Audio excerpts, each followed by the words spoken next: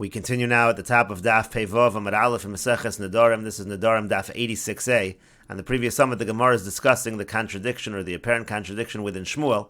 Again, Shmuel on our Mishnah, he passes like Rabbi Yochanan ben Nuri. And Rabbi Yochanan ben Nuri says, let's say a wife says that which she produces is usher to her husband, so the husband should annul that vow because of the concern that after they divorce, at that point in time, the neder is going to be in effect.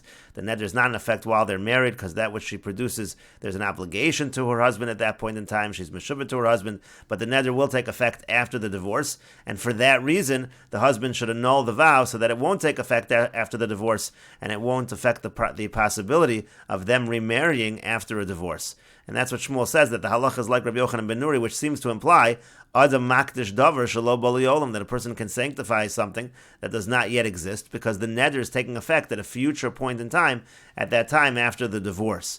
And the Gemara asks the contradiction because Shmuel in another place in Meseches Ksubis, the way he paskins, it sounds like he holds ein adam makdish davar shelo bali olam. A person is not able to sanctify something that does not yet exist.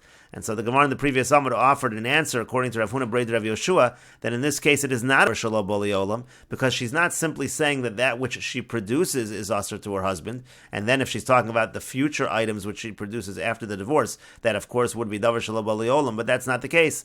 The case is she's saying that her hands are sanctified, her hands are prohibited, so to speak, to her husband, and that is not going to be a problem of davar shelo bali olam.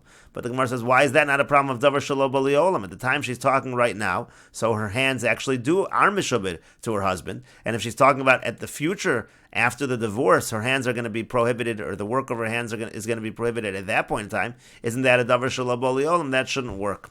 And so the Gemara now answers, no, that should actually take effect. That's not a problem of davar shelo bali olam. Amar Rav Eila says, Uma ilu omer lechaver. What if a person would say to his friend, Sada zu sha'ani mocher loch, this field that I am selling to you. So right now the field really is in that person's possession. But he's saying, this field that I'm going to sell to you, when I buy it back from you, takdish, at that point in time it should be sanctified. Milo kitcha, would it not become sanctified? In other words, that would not be a problem of davar shelo bali olam. And the same thing over here also, if she says that her hands are going to be sanctified, and that is meant to take effect in the future, after the time of the divorce, that also would not be considered a davar shelo bali olam. The Mefarish says, Amar Rabbi Elu, Mailu Omer L'Chaveru Sada Zu Shani Mocher Loch Kilomar Sha'adayin Hi Biyadu L'Akdisha. Meaning at that point in time, the person does have control to sanctify it in theory. Shelo Echlat Tatiya Loch Mikol V'Kol. It's not completely given over to you yet at this point in time. And then he says at that point when there is some control, that when I purchase it back from you, it'll be holy. Milo Kitcha, wouldn't it be sanctified? Milo Chayil Shem Kedusha Allah L'Kashika Mizah. At that point in time of that future purchase, when the person purchases it back, wouldn't it be Kaddish? Hachanami here also, Gabe Hayitza, by this woman, Ki Yomer Yikdashu Yadai Lo Sa'achar Shetisgarish, if she says, my hands should be holy in terms of what they produce after the time of the divorce, Devadai Chaylo Alayu Shem Kedusha. Certainly the Kedusha will be Chal in that case, because she does have some control over her hands already at this point in time, so that's not considered a davar shelo bali olam. But the Gemara continues, Maskefla Rav Yirmiyah. Rav Yirmiyah asks me, Dami, can you really compare the two cases, meaning the case of the field that you just gave, and our case over here by the case of the neder? Sada zushani mocher loch, in the case of this field that I'm going to sell to you, hashta biyadahi, right now that field is completely in the hands of the seller. He hasn't sold it yet, he has full control. But Isha, but over here by the wife, biyada lahakdish ma'aseh yadeha, is it in her control, let's say right now, to say that which she produces is kaddish? It's not, because that which she produces actually is meshuved to her husband at this point in time. So you can't compare the two cases. The Mefarish says, Midami kalamar midamya milsa de isha lemilsa de hai gavra. Can you really compare the situation with the wife to the situation with this person by the field? Here, where you're selling your field, you haven't sold it yet. It's totally in your control. It's not yet sold. It says that I'm going to sell it to you. It's not that I already sold it to you.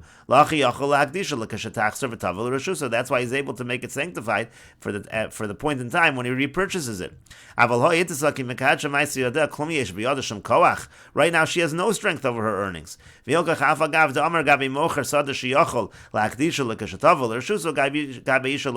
even though this works by the field, it's not considered a davar shelo bo liolam. But over here, by the case of her hands, that which she produces, that would be a problem. So therefore, you can't have such a comparison. And the Gemara continues, Halo Dami, this is not comparable. If you're going to take our case and compare it to something, it's comparable only to the following case.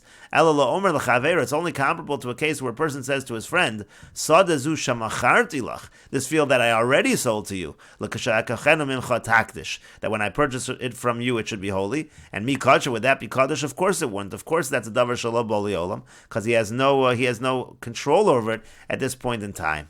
But the Gemara continues, Maskef lo Rav Papa. Rav Papa asks the following question, Mi dami, but is it really comparable? The case of the wife, is that really comparable to the case of the field that was already sold? That's not fully comparable either. Gabe zvina psika milsayu. By the case of the sale, once the sale is done, if he already sold it, so it's finished, he has absolutely no control. Gabe isha mi psika milsa, but is that true by the wife? By the wife, her earnings, yes, her earnings go to her husband, but it's not like her husband owns her to that full extent the way a person owns a field. You can't compare the two cases. And the Mefarish explains, Gabe zvina psika l'milsayu de gufa l'peiros biyada de lokech. The lokech has full control once he buys this field. Gabe isha mi psika milsa, but by the wife, is that true? Mi have a gufa l'bal, does the husband own her body?